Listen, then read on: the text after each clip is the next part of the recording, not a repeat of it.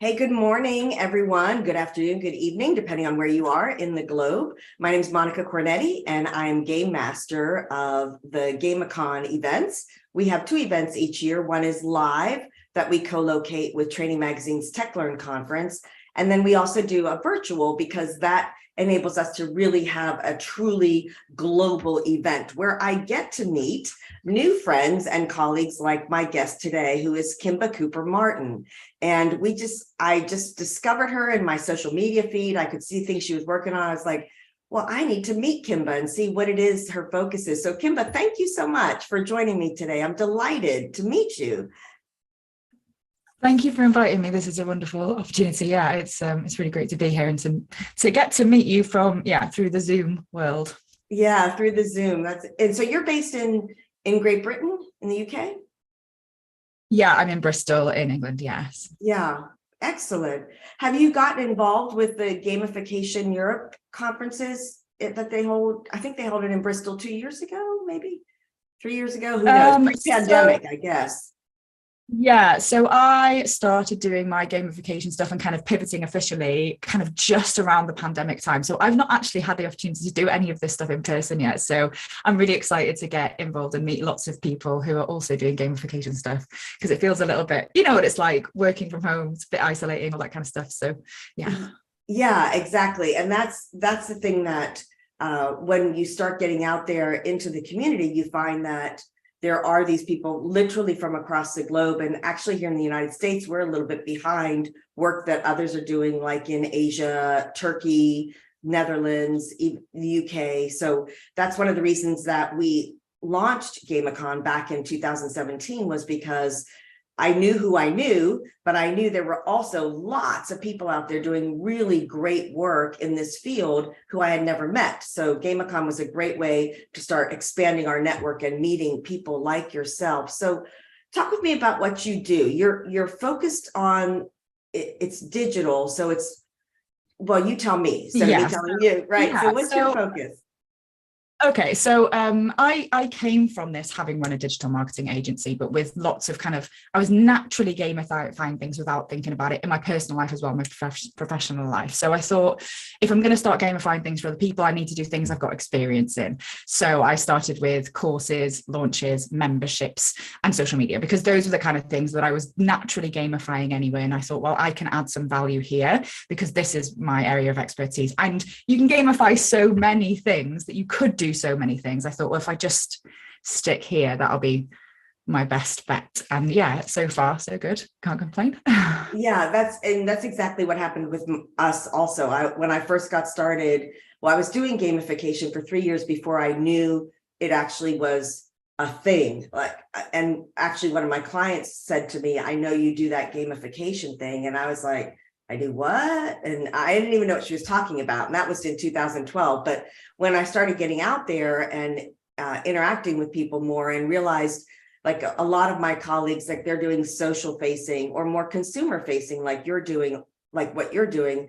But I was already in adult education with corporate training. So I thought, there's lots of directions we can go, but I need to stay in what I know already. I know adult learning principles. I know how to design and deliver for corporate training.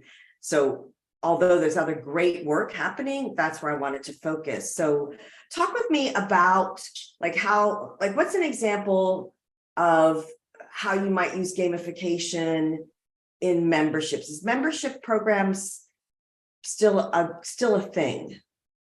Do we call them membership? Do we call them community? What are we doing with those kind of those? So lots and lots of businesses and coaches and things like that, they will open memberships because people maybe aren't ready to buy a course yet, or they want ongoing support, but they can't afford one-to-one. So lots of people run online memberships, and they come in all sorts of different shapes and sizes. But the most common that I've seen is they'll have some sort of online support area where all of their training goes, and they'll have a community, usually on Facebook or something like that. And generally speaking, they'll come to me and they'll say, Kimba, I want you to make my membership more fun, which is great. But I always argue that fun isn't a business objective, and that not all gamification is fun. So, what you might find fun and what I might find fun are completely different things. So I then have to kind of drill down into what are you actually trying to achieve here. And generally speaking, with memberships, it's reducing rates rates of attrition because they want to keep their members there for as long as possible.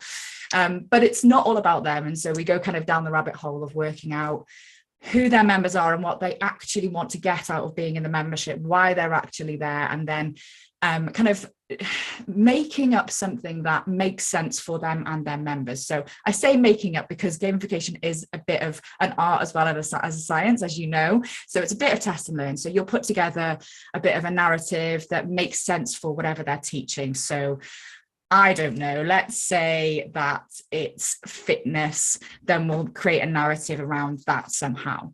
And we'll put in lots of different elements that make sense for the different individuals. Now, something a lot of people think is that in order to gamify, you have to create this big 3D environment and you have to do all of this programming. And actually a lot of gamification, as you know, is actually just little psychological tweaks, is just adding little things in, is adding in a poll here and there, is putting in a quiz, if that makes sense, is testing people on their learning.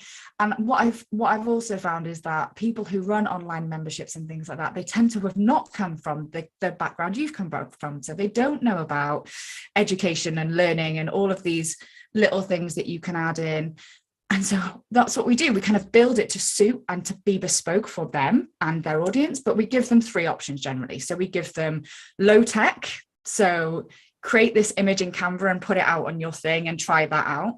We give them a kind of mid tech with less kind of people involved in having to deliver it, and then we give them a high-tech option. So for every idea we give them 3 different options so that they can fit it to what makes sense for them, because some businesses have lots of people that can be in there interacting, keeping people accountable, and some people have less of that but have more money to spend on perhaps that bigger more developed software piece, if that makes sense. That's good. So I know that's not a very direct answer to your question, but the answer is it kind of depends.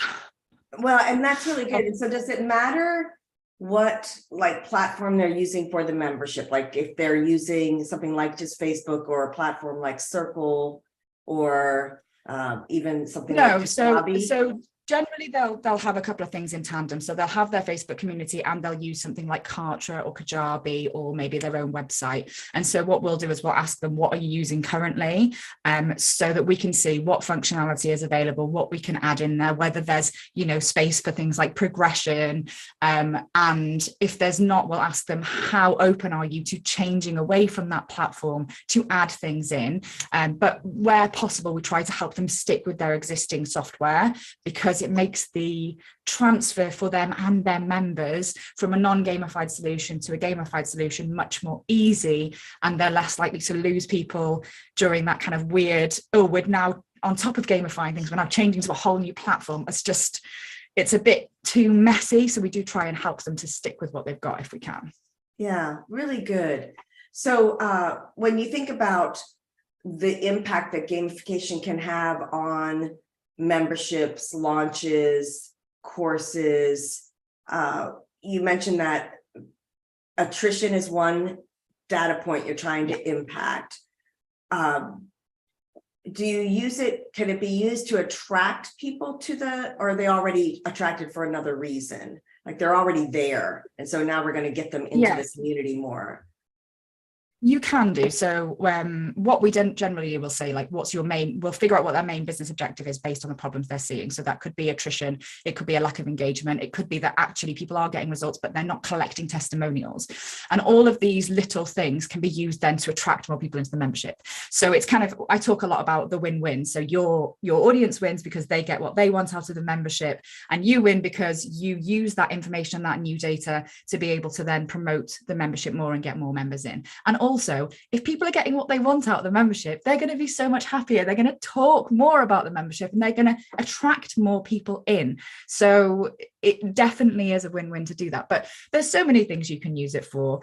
You can use it for the launch of the membership itself. So some people have evergreen memberships where you can join at any time, but a lot of people will do an open and closed system where they launch maybe once or twice a year, and you can gamify the launch as well. So there's so many different things you can do with gamification to get the results that you want. But I think you always have to think, what am I actually trying to achieve here? Because there are so many things that you can achieve with it. And if you just go, I'm just going to sprinkle some gamification in, the results will be mixed as well, just as much as the techniques you're using.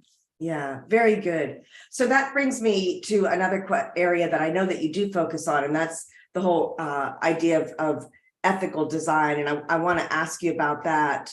But I was thinking, as you said, like getting more testimonials. I talked with Andrzej Marczewski yesterday, and we were talking a little bit about ethics because he was instrumental in getting this. There's a code of ethics, and I'm not going to get the name exactly right, but for gamification and designers, he was instrumental back in maybe, I don't know, 2016, maybe earlier, of getting this whole code of ethics, because the transparency, and because I want you to do something, do you know that's what I want you to do, or is it a manipulation? So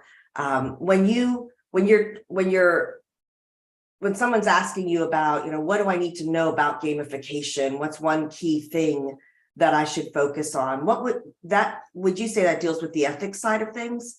Oh, 100%, because I think a lot of people, they think of gamification and they think manipulation. It's the first thing they think. And also, it's very easy when you're like, I'm going to design a course, I'm going to design a membership, I'm going to do this, that, and the other, to just think about what you want to get out of it. So you just think, let's say you're creating a course and you're the kind of person that runs courses for consumers, like I discussed, then you're going to be thinking, how can I get more sales? Just like you asked me, how can I use this to get more sales? If you're running it internally, you might be thinking, how can I get as many people as possible to learn the thing that I want them to learn? How can I get the most out of my staff? When actually you should be focusing on what they want to achieve. So let's say you were running a course on how to create the perfect cake, because who doesn't want to bake the perfect cake? Some people will be joining that course because they want to learn how to make the perfect cake. Of course they will, but some people will be joining that course because they want to network with other people, because maybe they sell other things that people who want to bake would also want to buy. Maybe they are joining that course because they want to see how you want to run that course, so that they can kind of pinch some of your ideas. They might be there for other reasons, and your job is to figure out why they're there and add things to that will make sense in terms of your business objectives as well, rather than just focusing on your own business objectives. Because when you're just focusing on yourself and your needs and your business needs, there is a possibility that you're going to be manipulating people into doing things they don't want to do to achieve what you want to get out of it. And that's not okay. So I talk about the two whys a lot, which is what I've just said. So the why do you care? Why is it important to you? But why should they care? Like, why should they be interested? Why should they stop scrolling on your post on social media? Why should they finish this course? Why does it matter to them? Once you get those things figured out, you'll understand it better. And I think the other thing from an ethical perspective is consent. So whenever you're putting anything into your gamified project, you should be thinking, can people opt in or opt out of this particular thing? So not just the gamified experience themselves, because some people, and I've come across this, is that there'll be the odd person here or there, and they are few and far between, that will say, I hate gamification. Somebody actually said this to me the other day, and it was a great example actually. And they said, I just wanted to buy a pizza the other day, and I had to go through this whole process with a spinning wheel, and I just wanted to buy my pizza. Fair enough. So you have to give some people the opportunity to opt out as well as opting in. It's not, it's exactly the same within a course environment. And actually, to give an example that people might understand, if you've come across Duolingo, they are the pinnacle of gamification in consumer courses. And they have all of these elements and features that are all there for all the different player types. So, if you don't know what the player types are, it's like different personality types, okay, basically from a gaming perspective. And some people will be motivated by a leaderboard. And some people will be motivated by their quests that they put together, whereby you and a friend work together towards a shared aim. But some people hate those things. Some people will be like, I am not interested. Like, I don't want to have to work with so-and-so just because I knew them in school. I don't want to have to work with them to I'm an achiever. Like, I personally, I love achieving things. So if I know that this person's not going to work hard towards this quest, I'm not going to get my badge because they're not going to work together on it with me. So if you have the option to opt in and out of those things, you're going to get more people who are going to complete that training because they're doing it in the way that works for them, and they're not going to be demotivated. Now, you might think, oh, I'm going to put all of these things in, it's going to be great. But that consent and that opt-in and that opt-out is going to make the biggest difference. And I think it's so easy. It's so easy to go, well, I would like a video training course, and I would like to work in a quest with a friend, and I would like X, Y, and Z. So you build your course that way. But not everybody's the same. Not everybody likes the same things. And not everybody is going to benefit from the things that you think they will. So it's really important to understand your audience and to provide them with that opportunity to opt in or opt out, particularly, and I know some of your audience work internal and they want to work internally with their staff, particularly with people who have no choice but to be there. Right. It's really, really important to give them that opportunity to opt out, or at least to explain to them why it would be beneficial and hear their reasons for why they don't want to do it, because you're going to get better results that way. Like, right. It's as simple really as good. That. Yeah. And I think about different programs that our students have run over the years that where some people really struggled with it. And like I'm thinking of one designer in particular, his name's Kyle, that he had just a real short escape room type adventure for them to learn about their electronic data management system. They had like 8,000 documents that people can't possibly know everything in those documents, but they need to know how to find them because it was a medical laboratory. But like some people really struggle with this very short gamified environment and using those data points to figure out, is this because they didn't like having to do an escape room, or is it because our L&D onboarding failed them and they'd have no idea what we're even asking them to do? And he had one gentleman try, like it was a 9-minute escape room, and one gentleman tried it like 57 times and couldn't get through it. And you're looking at those data points and having that conversation, right, about what is it, the gamification that you're not like the escape room, but finding out, no, it was that he wasn't actually ever onboarded properly. And so like the L&D department that was supposed to bring him in actually let him down, right? So we also can't make those assumptions of, well, they must not have liked it.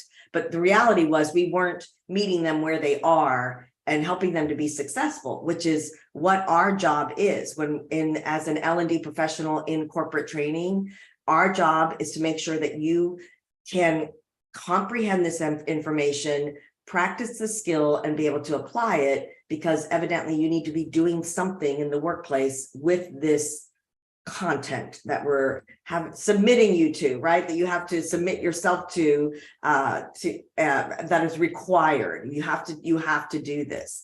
And so making sure that we're not doing it, just like you said, we call it here at Centennial, we call it self-hugging. That, I think a hero's journey is fascinating. Let's do a hero's journey. And yeah, maybe not, maybe I just want to, maybe I don't really want to spend my time thinking about going through the hero's journey, because I find it really intriguing and engaging. We have to make sure it's valuable for the learners also. Yeah, that's really good, Kimba. I like it.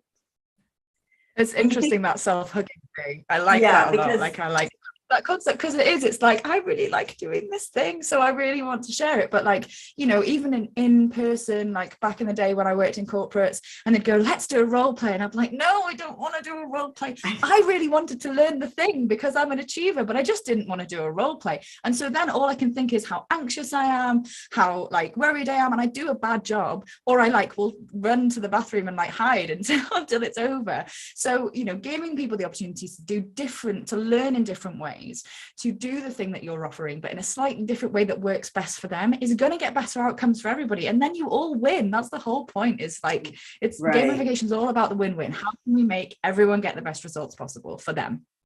Yeah, and I'll give you, I was asking you about membership, so I'll disclose something, is that because we have a community that's already well established, and we're transitioning from a delivery system that we have now and moving it into more of a formal community.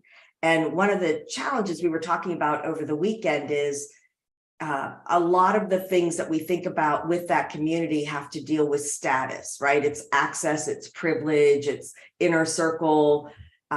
And we also know from our persona developments that for our primary audience, which is about 60% of our audience, status is not a huge motivator for them.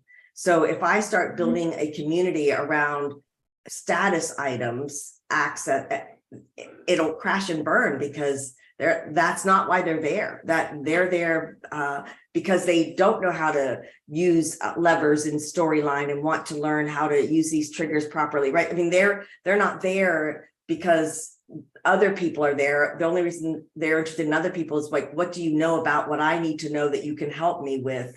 Not because I get to rub shoulders with somebody who I feel like is I'll use celebrity, although that's a little bit influencer, grandiose. maybe. It's a little grandiose, Yeah. but yeah. So it's you have to think about, again, what's valuable to them. Why would they want to be there in the first place? It's not why I would want to be there, and it's not about me. It's about the audience that we're serving. Yeah, really good, really good. Where do you see your work continuing to go as you keep? You're in a good niche right now? Yeah, I'm enjoying it, and it's fascinating because obviously the more clients you work with, the more you learn and the more things you can develop. And it's yeah, it's great. I'm hoping to bring out more courses to help business owners to do the things that I do, essentially, because not everybody can afford to work with us one-to-one. So we're currently running a course. We're doing a beta round of it, and I'm very excited, which is all about using gamification to grow your audience faster. So it's around the kind of social media area. But I'm hoping in the future to bring out kind of gamified courses on running courses and running memberships and all these kind of things as well. So yeah, that's the future, is to bring out more things to help people to help themselves.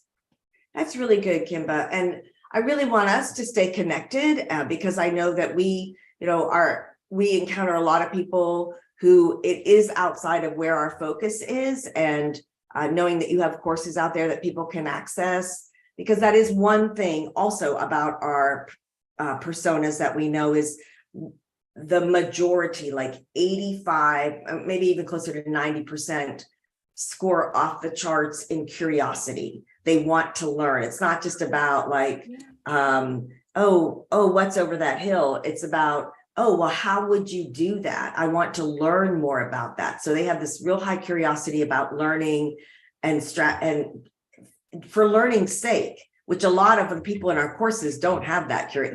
They don't want to learn for learning's sake. They want to, how can I use this right now? I just want information I can use right this minute. So I know that the courses would really interest a lot of people in our network. So I'm delighted to have connected with you, and I look forward to a continued collaborative nature, which is what you find inside this gamification community. Is it is hugely collaborative, and people share ideas and what they're working on and look for feedback. So it's a really nice place. It's a good group of people that I've encountered globally involved in gamification. I'm so excited. I'm so excited to meet so many gamification professionals and to kind of talk shop, because I've not really had that opportunity so far. And yeah, it's so far what I've seen is that everyone is super friendly. So yeah, try talking to my dad about what is it you do now, Monica? Tell me again, what do you do with these games? What do you like? My dad, he'll never get it. So it's one of those that, when you talk with people, and also what I find is that it's a one idea thing. I get one idea from you, and I'm like, Kimba, I never even thought about that before, and that's really important, or it's a good thing to know. And so it's those one ideas that help us keep getting better and better. So I hope that you'll be able to come to GamiCon. We have got 48 hours straight starting the 26th of February. I know that people would love to sit down and visit with you and hear more about what you're doing. I can see that for a lot of the people who are attending GamiCon as participants, that they would be really interested in the work that you're doing. So I hope that you'll be able to pop in. When you enter into the platform, it looks like we call it Legends Lodge. And so it looks like a lodge, an old, it's got a bar and a place, lounges and tables. So just a place to sit down with people and learn and grow together. So I hope that you can come in over the 48 hours a bit and meet some of the people that are there at the event. Yeah, that's really exciting. I love that it's over 48 hours, so it works with all the time zones. So yeah, It's Yeah. really cool. I'm looking forward Yeah, to it. yeah, and my team does it. They always think, oh, okay, like because I'm like, let's do it for 48 hours when I first came up with the idea, and they're like, you're crazy. We can't, but we can, and we have, and we do. And this is the third time we've done it. And right now, by the third time, we're like, it's well-oiled machine. We have all the processes in place. We know how to make it all work. And I said to my chief motivation officer, Jonathan Peters, just over the weekend, I was like, doesn't this feel too easy? Doesn't it feel like we're missing something? Because like we're not all stressed out right now. Like everything's going like it's supposed to. But that's because we've learned how to do it, and so it's really a fantastic opportunity. And again, it's that global audience that if we were doing the live event, we just wouldn't be able to meet the people that we can meet virtually. So it is, of all the stuff, the negative that pandemic created, opening up this whole virtual mindset of, yes, we can do things virtually. Yes, we can make connections. We can have friendships and collaborations and learning in a virtual environment. It's like one of the best things to come out of that whole 3 years of lockdown. So yeah. Thank you, Kimba. Couldn't agree more. Thank you. It's been fun. Yeah. And it's delightful to meet other women in the field, because we are a little male heavy, right? And that's, it just is what it is. I think it's, I don't know, we could probably really have a study on that, but it's really delightful to meet another woman who's doing great work. So thank you for what you're doing. I appreciate you.